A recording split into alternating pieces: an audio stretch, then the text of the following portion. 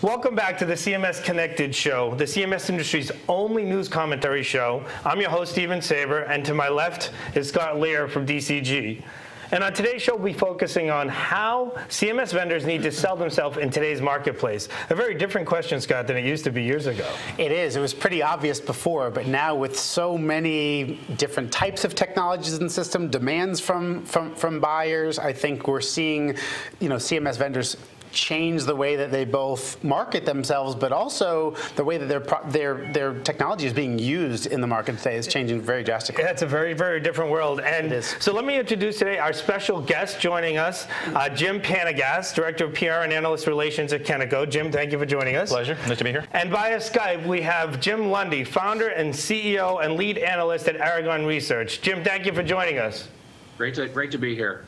So guys, I want to start with a very basic question, a very simple one, which is how are CMS vendors today differentiating their offerings from where it used to be? As Scott and I mentioned, it's a very different world. So Jim, coming from Kenneco, how is it that you can differentiate in today's marketplace different than you used to? Well, in all honesty, it's very difficult in today's marketplace. We have so many competitors, and some are best of breed, some are more all-in-one solution type suite like Kenneco. I looked at the leading websites, some of the leading websites last night actually, just to see what they're calling themselves. Oracle, delivering a personalized customer experience. Adobe, delivering a better digital experience. Sitecore, turning digital strangers into delighted customers, and so forth and so on. A lot of great rhetoric, a lot of great catchphrases, but they're essentially saying the same thing. They're trying to manage this customer experience from first touch point all the way through to a finished sale, and even beyond to customer support. So it's a challenge for today's CMS vendors to break out of the pack, if you will, because there's an increasing overlap. Right, we've got best of breed, we've got all-in-one, and there's about an 80% overlap in what we're doing. And Jim Lundy, as you see it coming from the analyst perspective and coming through research, what are you seeing as the key differentiating factors these days? Because it sounds like there's a lot of similarity here more than anything else. Well, there's always been a lot of similarity, and I think if we look at it from the buyer's perspective, what enterprises are trying to do and marketers are trying to do is differentiate the experience for their buyers. And so they're looking for something better. And they're also a lot more savvy. I mean, 12 years ago when I did the very first web content management Magic Quadrant and I ran the content team at Gartner, it was a different world. And it was less sophisticated and the website ruled. But today with mobile experiences and all those types of things that people use every day, the 6-inch device is the new compute platform.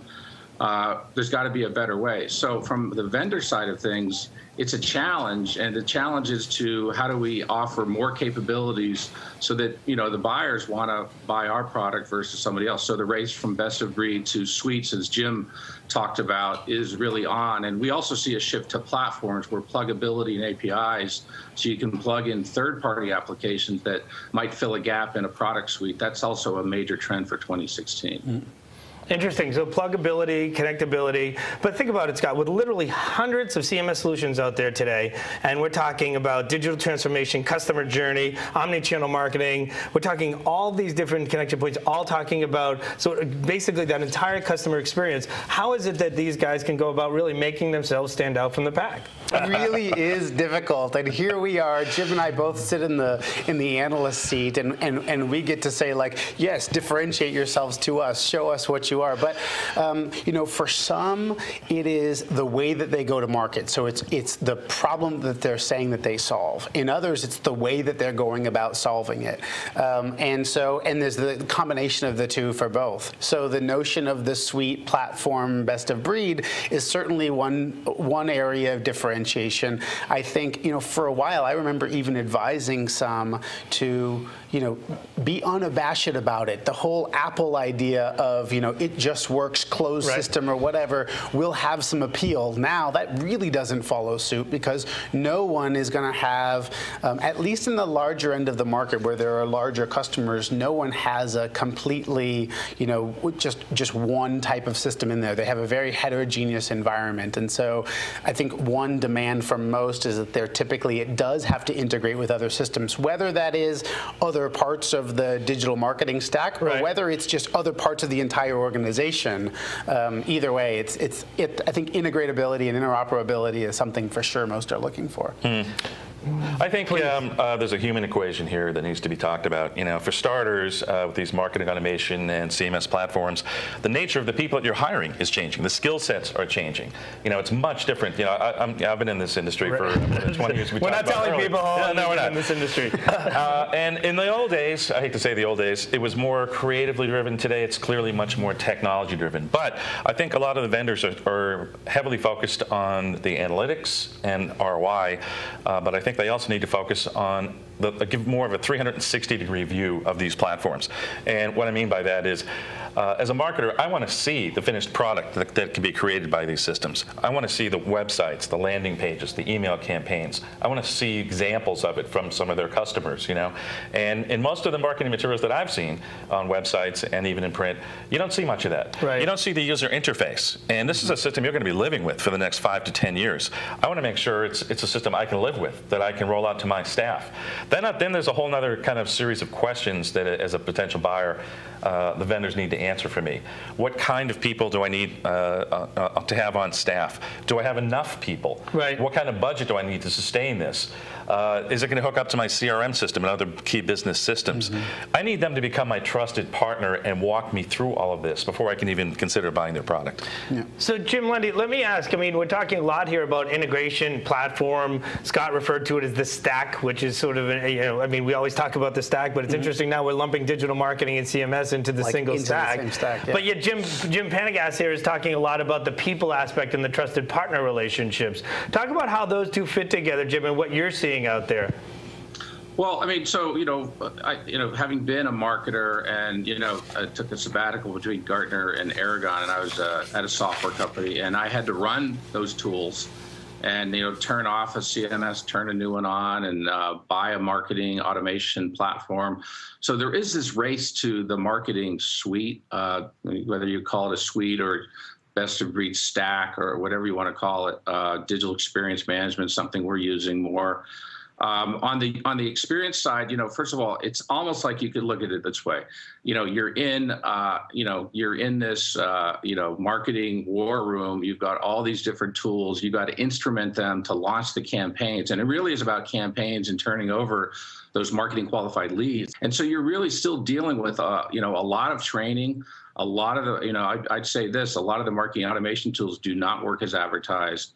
I think on the web content and CMS side, they've come a long way in user experience. So it's very frustrating for a lot of the marketing buyers we talk with about how long it takes to train their staffs to use these various different tools because they all work differently. So you're talking about user experience here. Let me ask you the question, and Jim, maybe I'll go to you, and Scott, I'd be curious your opinion of this as well. But back in my day, we let a lot of it was about customers, really telling the story for us, right?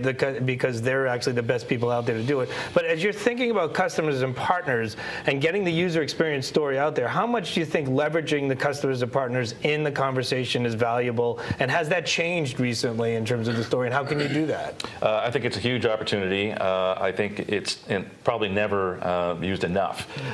For starters, you have customers now around the globe. So customers are saying, well, great, you've got something going in America, but what about the UK? What about Germany? What about Australia or Asia Pacific? So it's important now to draw on customers in all parts of the globe. So and draw on some partners, by the way, that are global, customers that are global in scope, so they can talk about operations in different parts of the world and show examples, real-world examples of what they've achieved, what kind of statistics they're showing before, and then paint the before and after picture. That's what everybody really wants to see is how was it before and how was it after you implemented the technology? What numbers can you show me? And can you, Scott, legitimately use a customer to tell a story or a partner to tell a story about your product in a way that gets it out there the way you want it to if you're a vendor? So certainly if you can get your customer to help to tell your story right out of the gate for you on your behalf, certainly that's going to be more powerful, I think, than anything else. But even if you can't get them to go tell your story for you, using the case studies and that sort of thing to be able to tell the story is that much more powerful. I'm sure Jim would agree with me that as analysts, what we often want to hear from them is to kind of tell us some of those case studies, tell us what you've done before, how you moved the needle, what were the needles that you moved, and all of that. Because ultimately it does come down to, at the end of the day, we can say that this system or that system is satisfying these kind of box or checking checking these boxes. It does marketing automation, but there's a lot of different ways to perform marketing automation. There's a lot of different ways to manage content. There's a lot of different, and there's a lot of things underneath that it can or can't do. And so a story of what a customer has actually done with it and how they've been able to put that tool to use to kind of solve their problem is really, really helpful. Because at the end of the day, sometimes, and especially the buyer at the buying decision, that may or may not necessarily care about all the hows you do it, but they do want to know that you're going to be able to get them across, whatever that finish line is, even if it's a interim point. I think people also learn from other people. We're used to watching videos, we're used to watching webcasts. So if you've got a customer that's willing to speak at a trade show or a conference or even a live webcast, where they can not only tell their story, but you can ask them questions, live questions from the audience, that's worth its weight in gold. Sure. Absolutely. And again, you're watching CMS Connected here. I'm Stephen Saber, joined with my co-host Scott Liewehr. We're joined by Jim Panagas from Kentico Software and Jim Lundy from Aragon Research. We're talking about how CMS vendors need to sell themselves in today's market. And Jim, my question to you has to do with a follow-on here. We're talking a lot about experience, customer experience, and we're talking about digital experience management. And in particular, I really want to talk about the evolution. Scott, you and I have been in CMS for a long time now, and we've seen a lot of change. But Scott, talk about it, Jim, from a vendor perspective. You were with Gartner, you were with the vendor, now you're back on the analyst side. What have you seen in terms of the evolution of the CMS vendor in particular, and also you referred to that vis-a-vis the marketing automation stuff and the marketing automation stack. Talk a little bit about how you see those two interconnecting.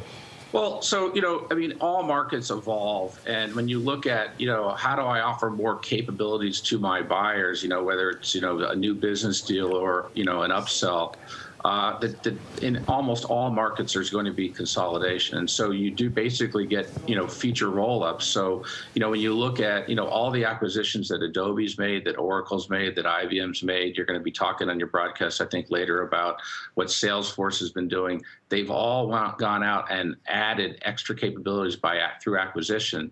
A lot of it's not organic as far as how they develop their marketing suites.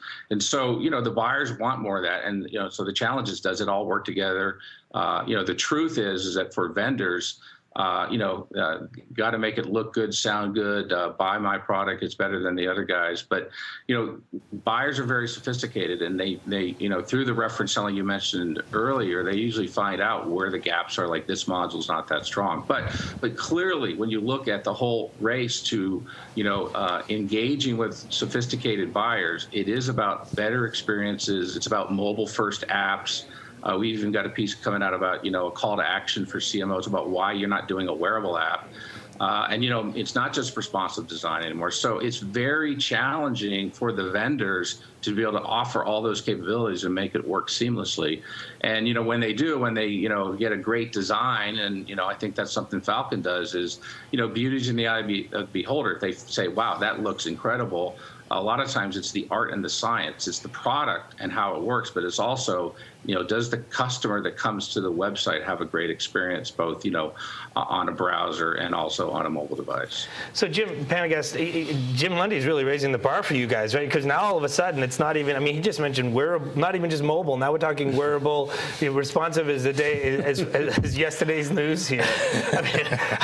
Welcome to my world. Yeah, exactly. So let's talk a little bit about this evolution you're seeing. Yeah. You must be just, it's incredible.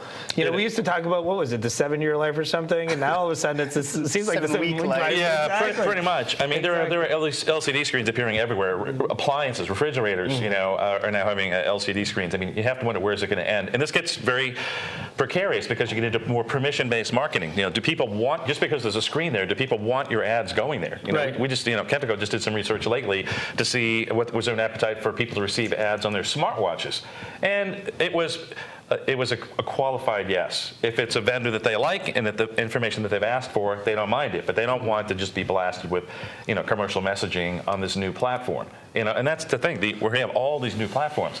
You got screens in cars, screens on appliances. Lord knows what's next. But I think that so all of this brings in my mind, a very relevant point up, which is that if I'm sitting in the shoes of the audience who's watching this and trying to say, okay, well, what am I getting from this? How does this even help me make a decision that I might be in the midst of making?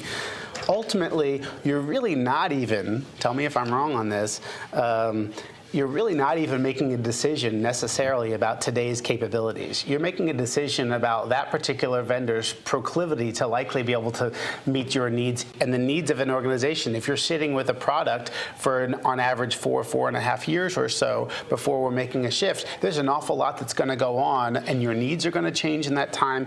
And so really, when you're evaluating products, what they can do today and what's sitting there on that tick sheet isn't even always necessarily the most relevant thing for you. Really, it's kind of about finding yourself a vendor that tends to be kind of aligned with your likely interests of the future. Are they always bleeding edge? Are they kind of cutting it in a different way? Are they? So I think that it actually makes the buying decision that much harder. Yes, it's hard for you guys to keep up with what the needs are, but I think it's also harder to judge when you're making calls about who to go with, because ultimately, it's a future need. Two things come to mind. One is trusted partner is kind of the keywords that I like to use when dealing with with CMS vendor and dealing with a prospective customer. You're going to have long, heady discussions over a long, sustained period of time. So you're going to have to understand their business and where they want to go, and you're going to have to tell them about your business and where you're going as a company. And they're going to have to make the call if you're a technology savvy enough and marketing savvy enough vendor to work with. So it's kind of a double-edged sword, if you will. I'll just say one more thing back to that point, if you don't mind, Stephen, which is that I think you're really right. The whole notion of fit is really important here. Many times, all due respect to the various plot graphs that are out there, people want to choose the one that's furthest up and to the right, or whatever it is, furthest in the ripple of the weight, whatever you want to call it.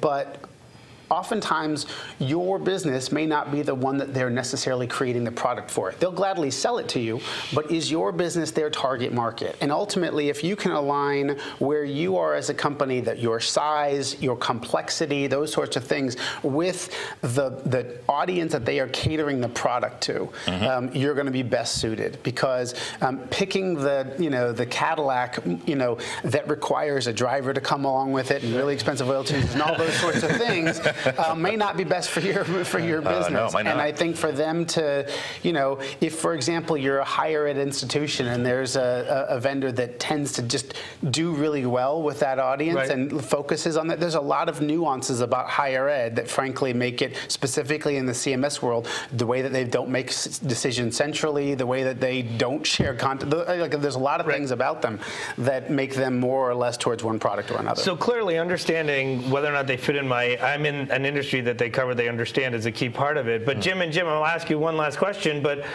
because we're talking really about a crystal ball here at some level. I mean, you're saying I need to see into the future, because in 5 years, what I'm using, what I buy today won't be what I'm using 4 or 5 years from now, because everything evolves so quickly. So Jim Lundy, as you think about recommending to a particular customer who says out there, I understand how to buy based on what I'm seeing, but I don't know how to see in the crystal ball. I don't know how to buy into the future. Scott's idea of knowing for sure that they fit in your industry is a key part of it. Give us some other ideas in terms of what other key things we're looking for to say, does this company have the vision, the knowledge to bear with me as I go through my evolution as a company? Well, first, there's two things. One is, the reality in the whole, if we look at all the overall content space, most enterprises have multiple offerings depending on where they are, and they've got specific use cases, as Scott was mentioning. So they're usually going to have multiple offerings, and so the balance. And I think that this is kind of the secret sauce of how do you balance where the vendor is today and where what is their vision of where they're going to be tomorrow, and what is their ability to then deliver on that vision on a regular basis. Agile development. So they can trust, and I think Jim mentioned partnerships, but it's also about trust. Do you believe they're going to do it? Are other people, jumping on the bandwagon? We clearly see that this world is going to be changing a lot because, the world is changing. Mobile devices are taking over. So I think, the big thing is, obviously checking references, finding out who's using what, looking for, again, the idea of, because there still is an awful lot of design work that goes into this. And that's why, it's kind of an ecosystem. So, really, we do see some things that will change things, and it's going to become more of a real-time buyer journey, not just, they were on your site yesterday. So there's going to be much more emphasis on real-time analytics and real-time engagement. so that you don't lose that person that was there. And sales finds out 5 days later they were on the site and they scored really high, and you should call them.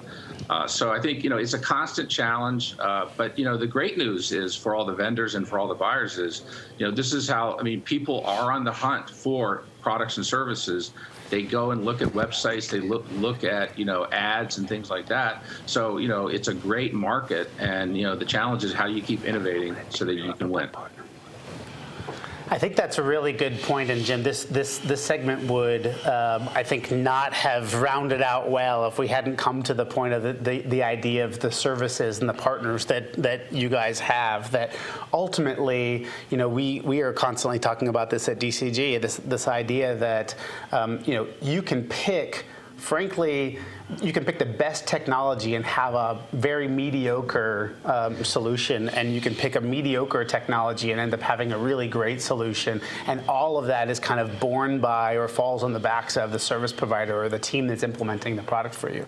And so maybe, Jim, if you can finish up by telling us, I do think that in the future, folks will be buying through partners even more so. That especially as the dollars are shifting more and more to line of business, they're comfortable choosing kind of their partner. So tell us a little bit about, as you're, to wrap things up here, tell us a little bit about your partner ecosystem and how you guys work with them as you're selling your product. Sure. Well, like most organizations, we have a tiered partner system, and we actually put in place kind of a new top tier status, if you will, for more of our global and corporate sized clients.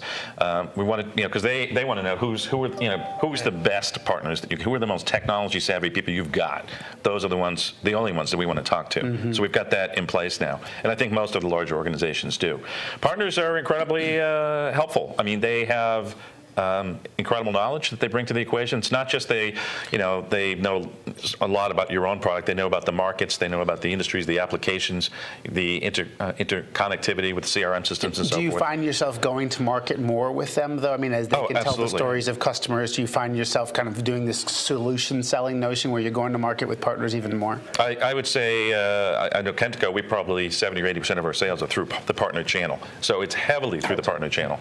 Not that we don't want to engage clients directly, but these folks bring a lot of technical expertise, and they can spend the day-to-day working with these folks. Also, they tend to be located, closer to the client as well. Sure. And sometimes you need partners in different parts of the world. So we also have that covered, right? Because if you've got global operations, you need North America, Europe, and Asia Pac covered, and you do.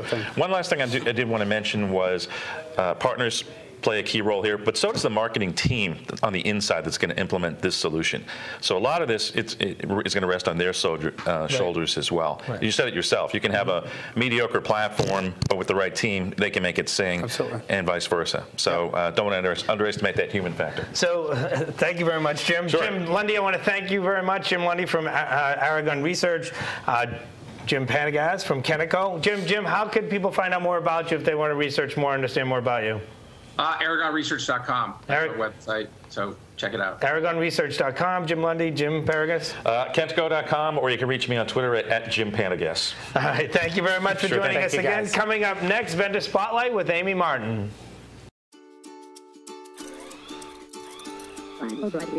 Your job is to cut through the noise. To succeed, you need to reach out to your target audiences in real time with messages that speak to them. You can't let technology get in the way of your brand. That's the spirit. First Spirit is a powerful solution that helps you effectively communicate and engage with your target audience. Get an awesome ROI. Success in the market means your message got through to the right people at the right time in the right way. And that's why you need First Spirit.